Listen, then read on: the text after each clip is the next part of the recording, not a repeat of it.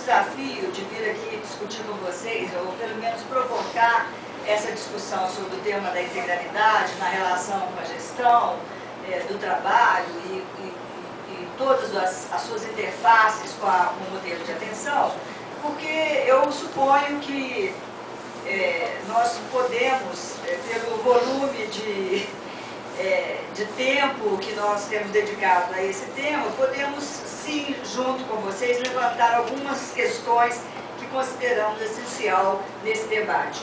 Primeiro, é importante lembrarmos todos, né, só para que a gente possa pontuar o lugar da integralidade como um princípio para o Sistema Único de Saúde, né, a integralidade que é um termo criado e adotado como um princípio que vem da palavra integral, que quer dizer naturalmente inteiro, completo, né? Por que é que justamente esse princípio surge como um princípio para o Sistema Único de Saúde? Ora, não é difícil que o ressalte, a afirmação desse princípio, ele contrapunha a um dado de realidade que era justamente a ausência da integralidade, né? A ausência do campo da saúde, da compreensão do ser humano, das coletividades, como seres inteiros, né, como, na sua condição de inteireza, de integridade em relação às suas demandas, né? Então, esse princípio da integralidade que foi incorporado no SUS, né, ele vem revestido de várias dimensões que eu queria aqui pensar com vocês. Qual é a primeira dimensão da integralidade? Se o sistema não dava conta de atender às diferentes demandas das pessoas, do ponto de vista das suas complexas necessidades de saúde, seja nos assuntos mais banais, seja na coordenação propriamente dita da saúde das pessoas, seja no atendimento das doenças, e não só de uma doença, mas de todas as doenças, das mais comuns às mais complexas, né?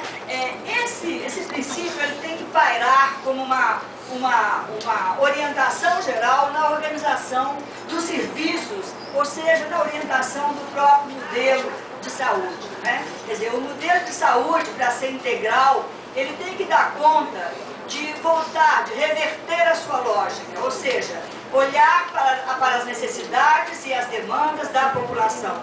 Nós temos, assim, dessa forma, apesar de toda a condução, a convocatória para a integralidade, nós temos serviços cada vez mais pautados na lógica dos profissionais e distanciado da lógica das necessidades concretas da população.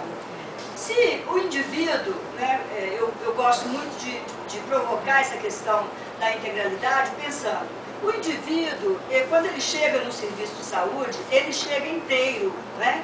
Ele chega com seus sintomas físicos, com seu psiquismo, com sua cultura, com suas questões subjetivas, com suas diferenças, com sua história social, com sua inserção social, econômica, enfim. Ele é o indivíduo inteiro.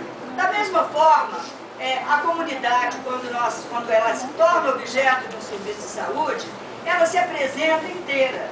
Na lógica atual, nós separamos essas necessidades desse indivíduo, né? Quer dizer, nós fragmentamos o indivíduo, né?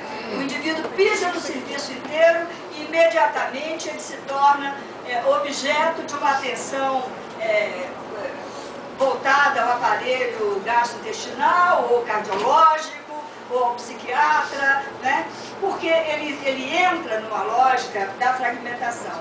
Por outro lado, esse indivíduo que por ser inteiro, integral, ele vem ao serviço também com expectativas terapêuticas, com expectativas de formas de ser atendido, né? Incluindo aí uma exigência para que os serviços possam atender a essas diferentes expectativas e oferecer, por exemplo, terapêuticas menos convencionais ou não convencionais dentro da medicina hegemônica nacional ou das formas de cura que são hegemônicas, né? Por outro lado, é da integralidade também a não observância das questões que singularizam o sujeito, né? Quer dizer, se o indivíduo ele é singular, se ele tem determinadas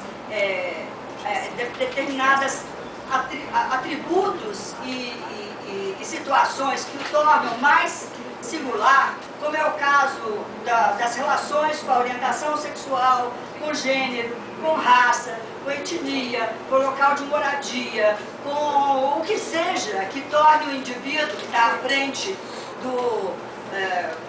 que demanda pelo cuidado da saúde, como um indivíduo, como um sujeito singular, é da integralidade também atender e dar conta de compreender e incorporar essas singularidades relacionadas ao sujeito, porque isso, em muitas das vezes, irá determinar formas, condutas e, basicamente, deverá mediar o respeito à integridade e à integralidade daquele sujeito, da atenção. Eu quis, com isso, pontuar algumas das dimensões que hoje os diversos autores pontuam como dimensões afetas à integralidade.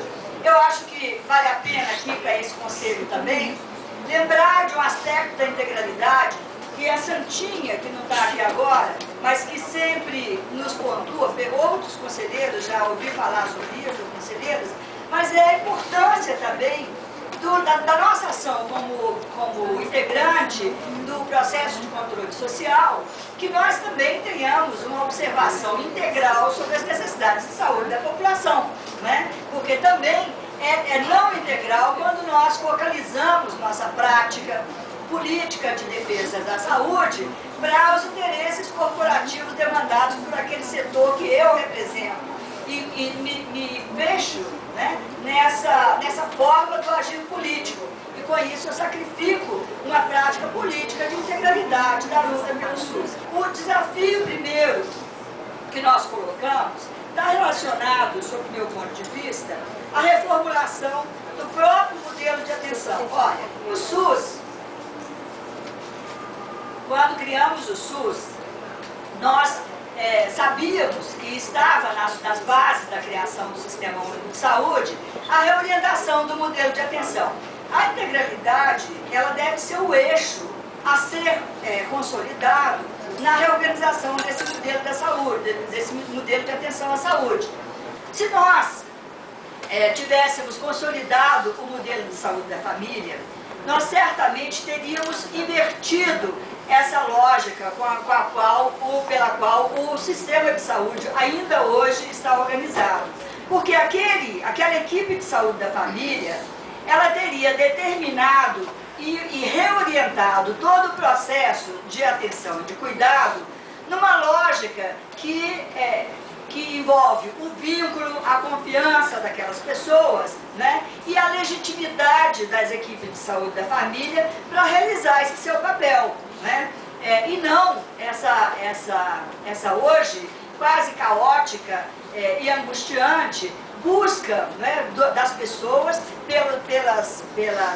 pelos diferentes serviços, nas diferentes complexidades, sem nenhuma responsabilização por parte do sistema de saúde, né, que deveria ser realizado por meio da saúde da família. Nós temos vários e vários problemas, que um deles é relacionado ao próprio modo de incorporação das equipes de saúde da família, cuja gestão do trabalho esteve dissociada das outras formas de atendimento, né? E isso criou, de fato, um apartheid muito importante entre as equipes de saúde da família e o restante do sistema, e impossibilitando com isso que a equipe de saúde da família fizesse aquela coordenação e aquela orientação da assistência e do cuidado das pessoas. Porque se era de uma outra instituição, você não tinha acesso ou não tinha ascendência sobre determinada equipe de outro tipo de serviço. Então, esse era um grande problema. Por outro lado, nós tivemos um problema grave, que foi a falta de reorientação de modelo de formação. Nós temos aí metodologias, né, hoje, em experimentação ou consolidados no Brasil, que experimentaram modelos novos de formação médica. Como, por exemplo, a Universidade de Londrina, Marília, aqui na estadual aqui de Brasília, né, que está baseado na metodologia do PBL, né, mas é ainda uma pequena minoria de universidades que funcionam dentro desse PBL, né, que para quem nunca ouviu falar, é um tipo de metodologia que forma médicos através de problematização. É uma metodologia que avança no sentido daquele modelo recomendado pelo Flexner, que, como todo mundo lembra, foi um relatório, foi um senhor que fez uma avaliação das escolas americanas há um século e que recomendou que a formação médica deveria ser feita a partir de um ciclo básico e de um ciclo clínico, e por meio de disciplinas isoladas, departamentalizadas, de anatomia, fisiologia, patologia, e com isso cria um profissional com a cabeça compartimentalizada, né? Então esse relatório Flexner, que foi feito lá pelo 1910 do século, ou seja, século passado, há um século, né? Ele nunca foi superado na prática, apesar das várias e várias tentativas de mudança desse processo de formação, e que foram abortados quase que de uma forma quase que universal por esse mercado que tensiona e que convoca, né, para essa prática mercantilizadora, né, que coloca a formação médica na linha de formar indivíduos para atuar nas especialidades e no mercado que opera por procedimentos. Portanto, as coisas não estão isoladas, as coisas estão todas bastante articuladas, e é assim que a gente deve pensar esse nosso grande desafio relacionado à formação dos profissionais de saúde. Nós precisamos também reorientar a própria gestão, qualificando o processo de gestão no enfrentamento da integralidade, né? A integralidade, ela tem que ser